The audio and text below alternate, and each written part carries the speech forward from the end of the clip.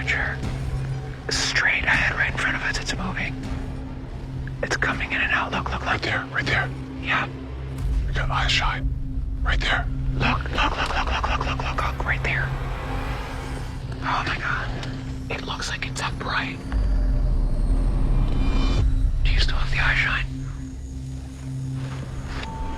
No. No? I still got it. All right, Ronnie, follow me. What do you got?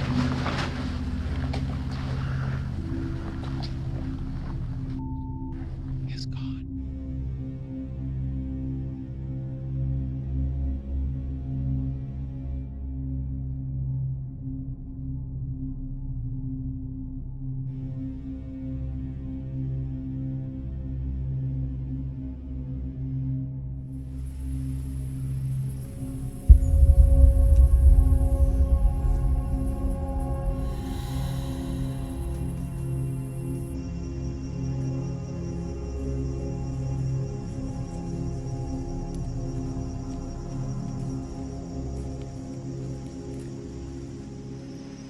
If you've ever wondered what a chair made out of a tree stump looks like, here you go. This is a chair that was made out of a tree stump by the park superintendent, and it really is something to look at. Took a lot of skill to build that with a chainsaw. Definitely. By the looks of things, you can definitely tell this has been eaten out of pretty good. Yeah. Holy moly. What? Look at that broken limb right there. Wow. That right there, folks, is a large tree break. And what I'm observing with this is the way it was broke. That took hands to do.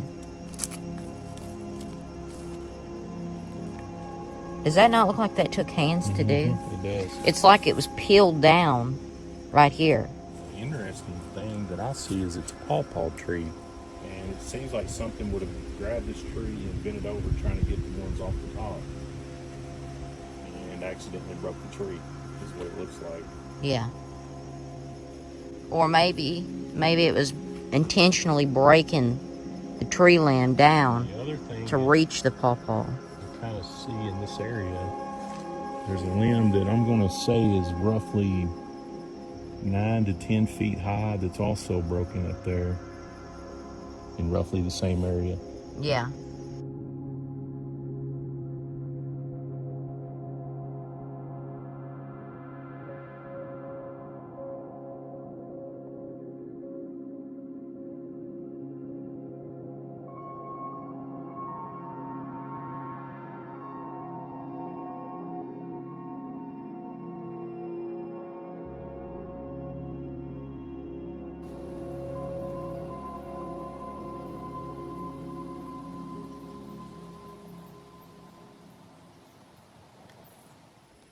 Starting to be a lot of stuff happening, just kind of little eerie things. It's almost like we're in an area that something doesn't want us in.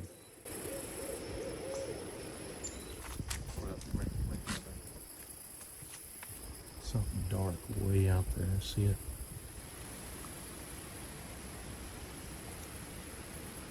I see what you're talking about now. It's way out Hey, there. am I zooming in on it in the right I location? believe so.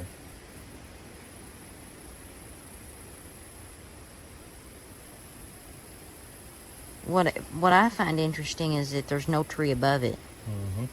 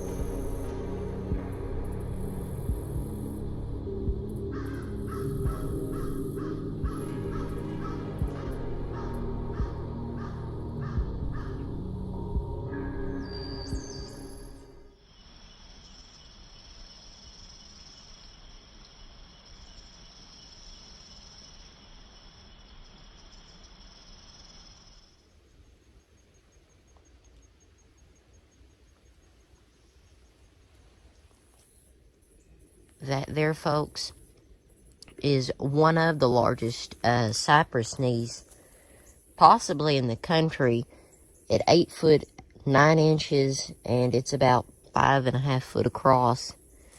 And the largest cypress knee in the entire world is 14 foot tall. So this is a little over half that size.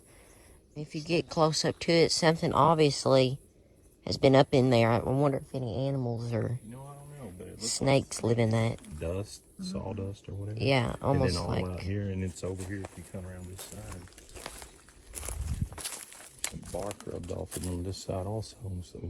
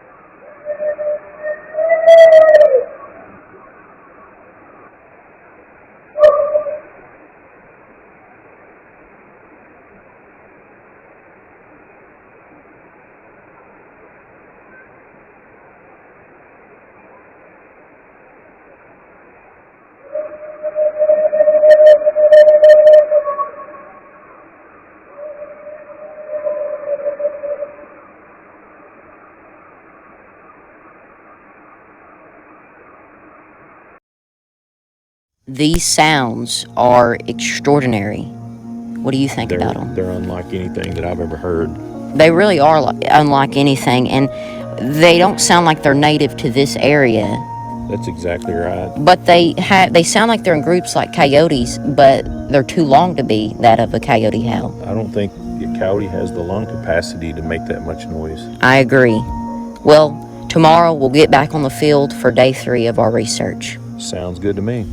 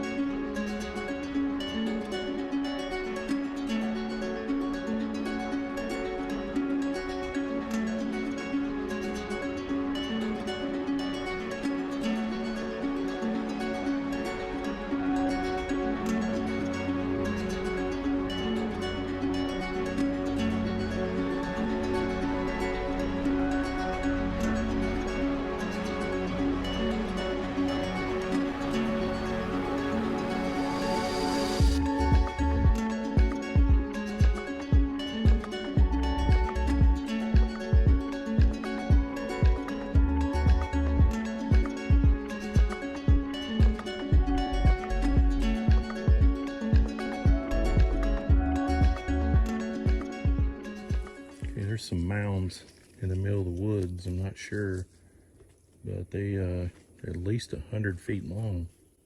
Wow, okay, I see what you're talking about. They start all the way back in there. Mhm. They go straight across. Those are some big mounds. Let's go see what we got. Yeah, let's here. go see what this is.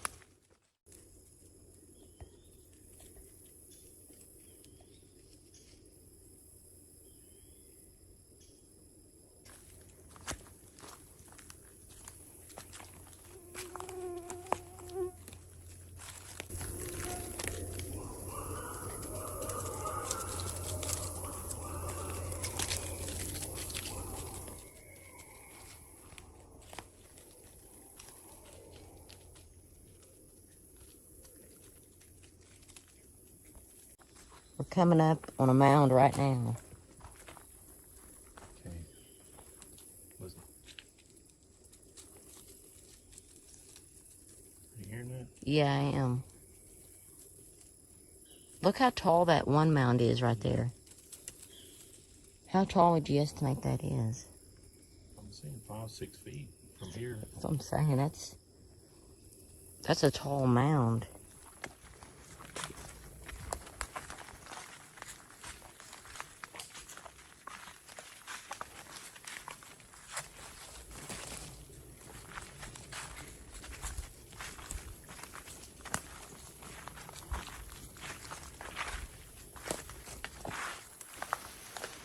I've got a new tool now that we just recently invested in that does spectrograms.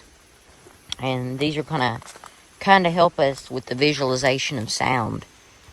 The reason that these are so important is that, like right now, you can see I'm talking and you can see the spikes on the graph. But the biggest thing about it is that we always hear that Sasquatch or Bigfoot, whether it may be true or not, we always have heard the speculation that they may produce infrasound. A lot of predators in nature produce infrasound. So maybe we could collect some data here on the spectrogram and prove that. Or at least prove that there is infrasound in the environment. And for those who don't know what infrasound is, it's basically just a low frequency sound below 20 hertz. And that is below the range of human hearing. So that's why we need a graph to see it actually in action. As far as this infrasound goes, it's fairly new to me. In the past, I've heard a couple people on some videos and different things that's talked about it. Other animals having it, and they're studying it as far as how it relates to storms and different things. I'm really interested to see how this comes back and what you come up with. What do you think would be the advantage to them using that? Well, I think they might use it for a variety of reasons, but the most logical one seems to be to stun their prey, almost for hunting purposes. And the second reason that I maybe bring up is communication. Elephants use infrasound for long distance communication, and maybe we see the same thing here with Bigfoot or Sasquatch.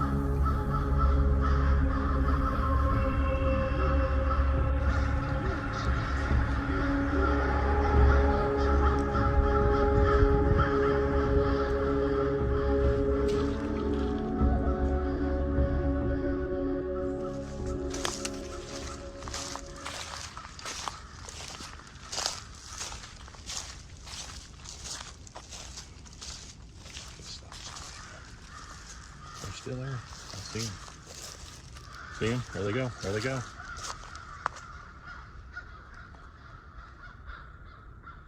That can only mean one thing, that there's something right up there somewhere in that area. Wouldn't you agree? Because why else would they stay in that area for that long? They circled it. Just walk up a little ways.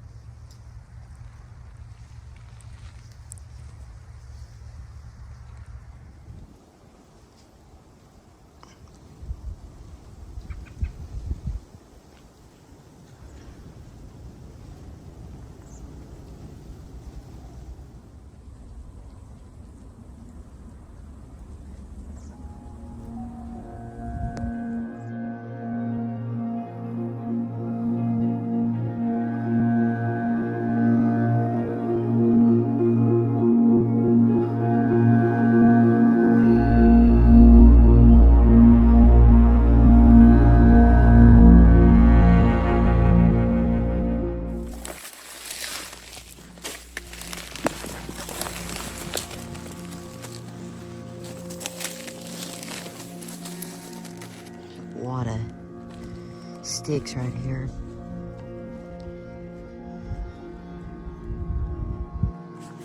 All throughout here is nothing but sticks. Something definitely uses this as some kind of hunting blind or something. You know, a cat would even get down in here.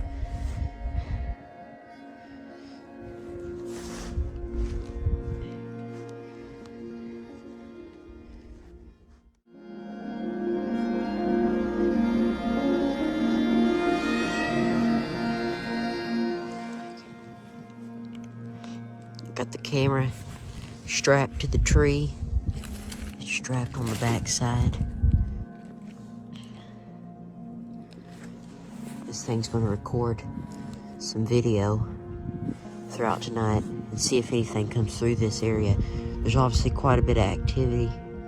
Those are my indentions from earlier as I was walking through here. Lots of animal activity in this area though, so we'll see what we'll catch. Shortly before 6 p.m., I recorded the following sounds.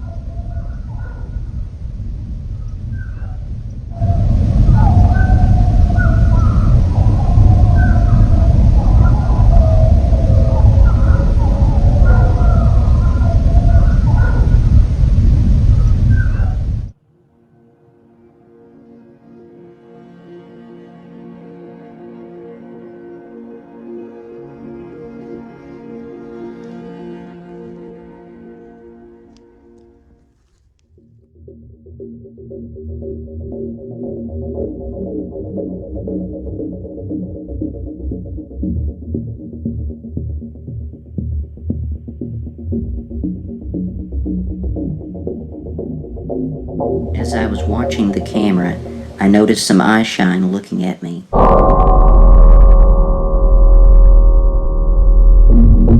And on the left side of the screen, I noticed a torso-shaped shadow being cast onto the snow.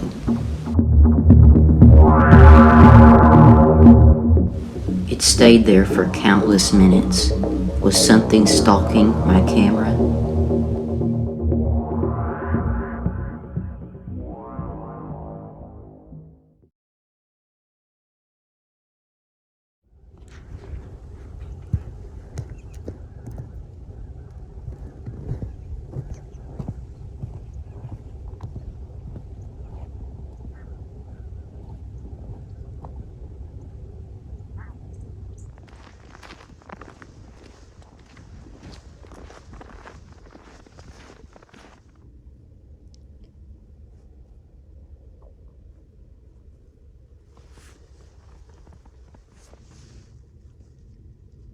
Look at that. It looks like something goes down up in there.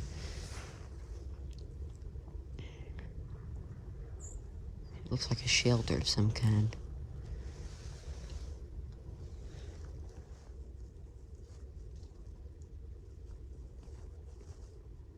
Did you hear that? Shh, shh.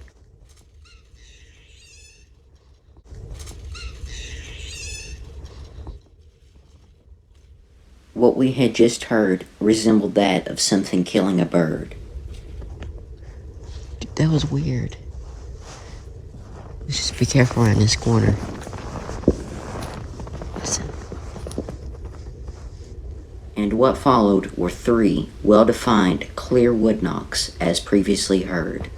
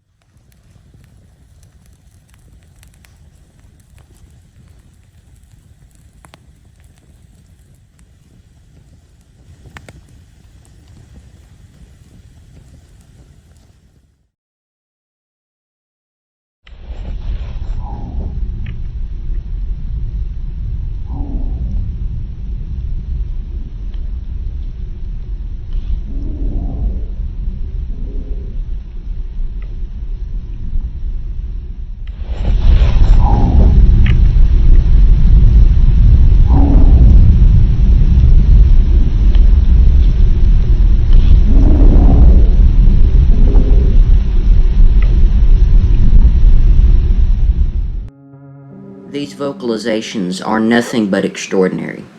These are the type of sounds that I feel like if I were there in real time, they would vibrate through my chest.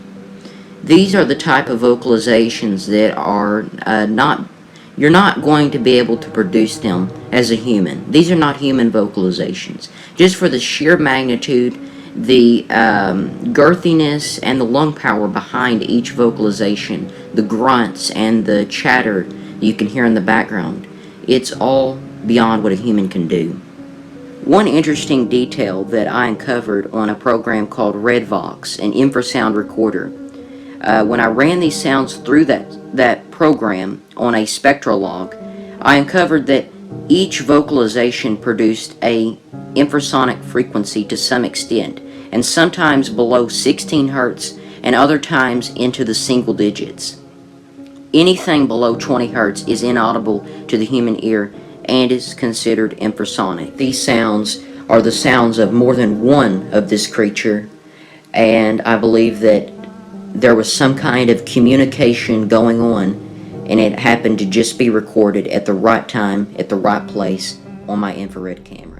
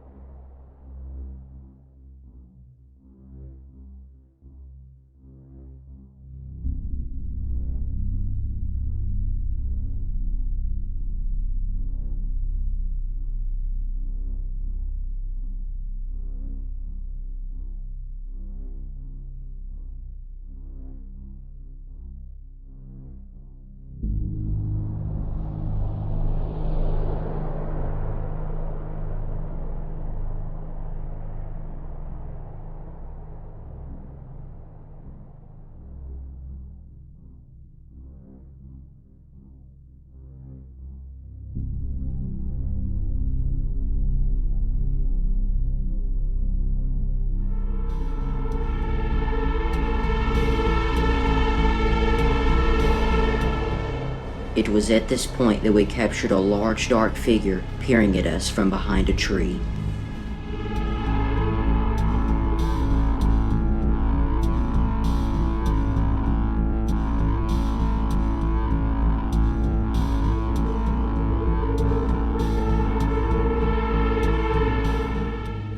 The large dark creature stood tall, the rest of its body obscured by foliage. Or was it merely a coincidence?